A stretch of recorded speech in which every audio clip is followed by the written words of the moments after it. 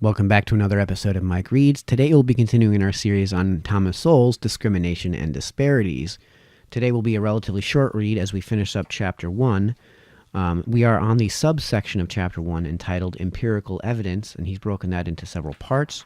Right now we are on the part for institutions, so let's go ahead and dive right on in. China was by no means the only nation to forfeit a superior position among the nations of the world. Ancient Greece and the Roman Empire were far more advanced than their British or Scandinavian contemporaries, who were largely illiterate at a time when Greeks and Romans had landmark intellectual giants, and were laying the intellectual material foundations of Western civilization. As late as the 10th century, a Muslim scholar noted that Europeans grow more pale the farther north you go, and also that the farther they are to the north, the more stupid, gross, and brutish they are. Such a correlation between the complexion and ability would be taboo today, but there is little reason to doubt that a very real correlation existed among Europeans as of the time when this observation was made. The fact that Northern Europe and Western Europe would move ahead of Southern Europe economically and technologically many centuries later was a heartening sign that backwardness in a given era does not mean backwardness forever. But that does not deny that great economic and social disparities have existed among peoples and nations at given times and places. Particular institutions, such as business and enterprises, have likewise risen or fallen dramatically over time. Any number of leading American businesses today began at the level of the lowly peddler, Macy's and Bloomingdale's for example, or were started by men born in poverty, J.C. Penney, F.W. Woolworth, or began in a garage, Hewlett-Packard. Conversely, there have been leading businesses that have declined from the pinnacles of profitable success, even into bankruptcy, sometimes with the loss of just one prerequisite. For more than 100 years, the Eastman Kodak Company was the dominant firm in the photographic industry throughout the world. It made George Eastman, who, in the late 19th century, first made photography accessible to great numbers of ordinary people with his camera films that did not require the technical expertise of professional photographers. Before Kodak cameras and film appeared, professional photographers had to know how to apply light-sensitive emulsions to photographic plates that went into big, cumbersome cameras, and know how to later chemically develop the images taken and then print pictures. Small and simple Kodak cameras and rolls of Kodak film in place of photographic plates enabled people with no technical knowledge at all to take pictures and then leave the developing and printing of those pictures to others. Kodak cameras and film spread internationally. For decades, Eastman Kodak sold most of the film in the entire world. It continued to sell most of the film in the world market even after film began to be produced in other countries, and Fujifilm from Japan made major inroads in the late 20th century, gaining a 21% market share by 1993. Eastman Kodak also supplied both amateur and professional photographers with a wide range of photographic equipment and supplies based on film technology. For more than a century, Eastman Kodak clearly had all the prerequisites for success. As of 1988, the company employed more than 145,000 workers around the world, and its annual revenues peaked at nearly $16 billion in 1996. Yet its worldwide dominance came to a remarkably sudden end in the early 21st century, when its income plummeted and the company collapsed into bankruptcy. Just one key factor changed in the photographic industry: the substitution of digital cameras for film cameras. Worldwide sales of film cameras peaked in the year 2000, when those sales were more than 4 times the sale of digital cameras. But 3 years later, digital camera sales in 2003 surpassed film camera sales for the first time. Then, just 2 years later, digital camera sales exceeded the peak sales that film cameras had reached in 2000, and now digital camera sales are more than 4 times the sale of film cameras. Eastman Kodak, which had produced the world's first electronic image sensor, was undone by its own invention, which other companies developed to higher levels than digital cameras. These included electronics companies not initially in the photographic industry, such as Sony, whose share of the digital camera market was more than double that of Eastman Kodak by the end of the 20th century, and in the early 21st century when digital camera sales skyrocketed. With the sudden collapse of the market for film cameras, Kodak's vast array of photographic apparatus and supplies based on film technology suddenly lost most of their market, and the Eastman Kodak Company disintegrated economically. Its mastery of existing prerequisites for success meant nothing when just one of these prerequisites changed. Nor was this descent from industrial world dominance to bankruptcy unique to Eastman Kodak. Nature. In nature, as in human endeavors, there can be multiple prerequisites for various natural phenomena, and these multiple prerequisites can likewise lead to very skewed distributions of outcomes. While some have found it surprising that genetic similarities between chimpanzees and human beings extend to well over 90% of their genetic makeup, what may be more surprising is that even a microscopic worm-like creature has most of its genetic makeup match that of human beings. But having many or most prerequisites can count for nothing as far as producing the ultimate outcome. Multiple factors have to come together in order to create tornadoes, and more than 90% of all the tornadoes in the entire world occur in just one country, the United States.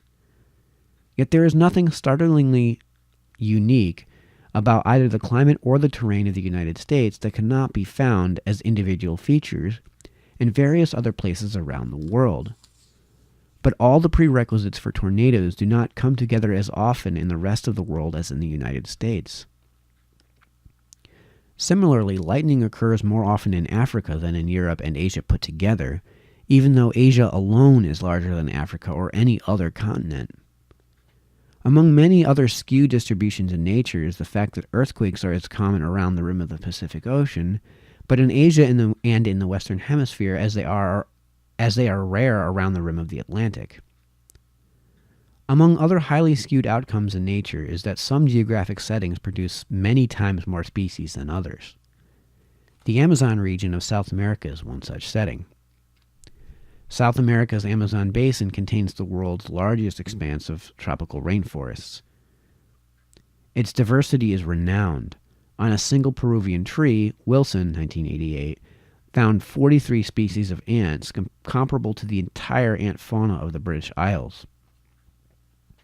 Similar gross disparities have also been found between the number of species of fish in the Amazon region of South America compared to the number in Europe.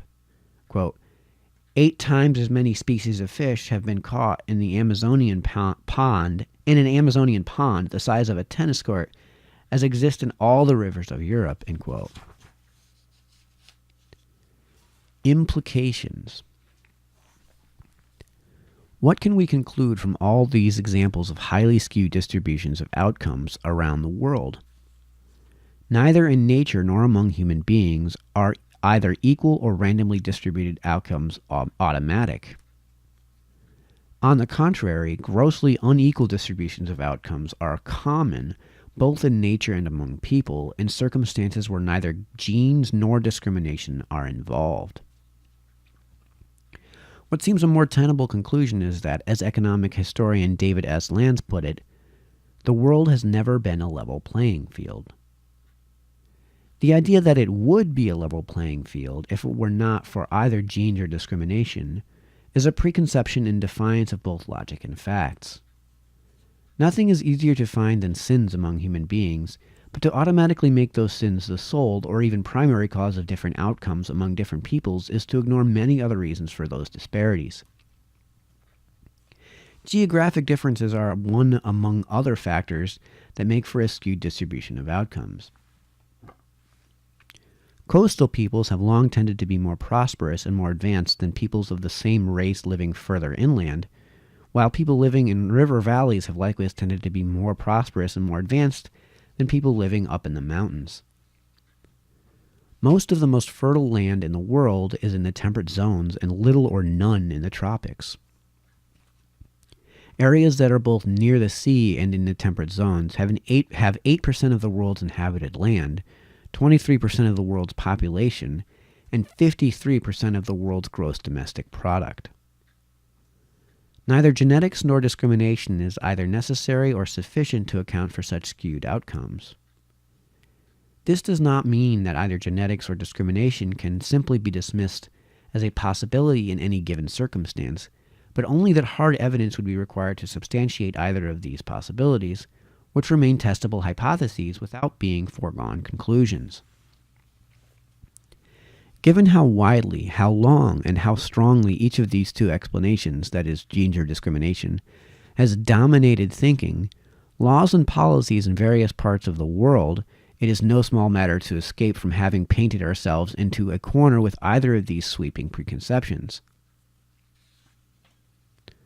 Two of the monumental catastrophes of the 20th century, Nazism and communism, led to the slaughter of millions of human beings, and in the name of either ridding the world of the burden of inferior races or ridding the world of exploiters, responsible for the poverty of the exploited.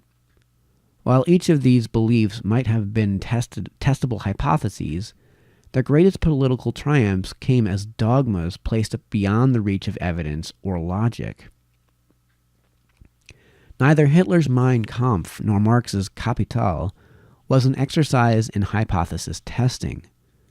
While Karl Marx's vast 3-volume economic treatise was a far greater intellectual achievement, exploitation was at no point in its 2,500 pages treated as a testable hypothesis, but was instead the foundation assumption on which an elaborate intellectual superstructure was built. And that proved to be a foundation of quicksand. Getting rid of capitalist exploiters in communist countries did not raise the living standards of workers even to levels common in many capitalist countries, where workers were presumably still being exploited as Marxists conceived the term. Discrimination as an explanation of economic and social disparities may have a similar emotional appeal for many, but we can at least try to treat these and alternative theories as testable hypotheses. The historic consequences of treating beliefs as sacred dogmas beyond the reach of evidence or logic should be enough to dissuade us from going down that road again, despite how exciting or emotionally satisfying political dogmas and the crusades resulting from these dogmas can be, or how convenient in sparing us the drudgery and discomfort of having to think through our own beliefs or test them against facts. That concludes Chapter 1. Thanks for sticking with us. Our next reading in this book will be on Chapter 2, which is Discrimination, Meanings and Costs. So until then, this has been Mike from Mike Reads, signing off.